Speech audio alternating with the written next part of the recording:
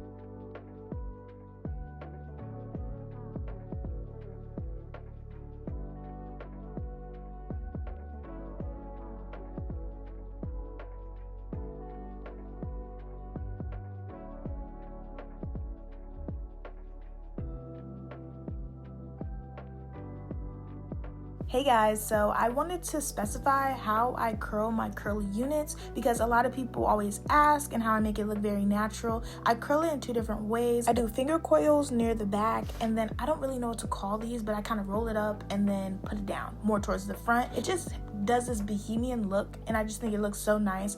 I did this for my hair also when I went to Puerto Rico, and it just looks so cute.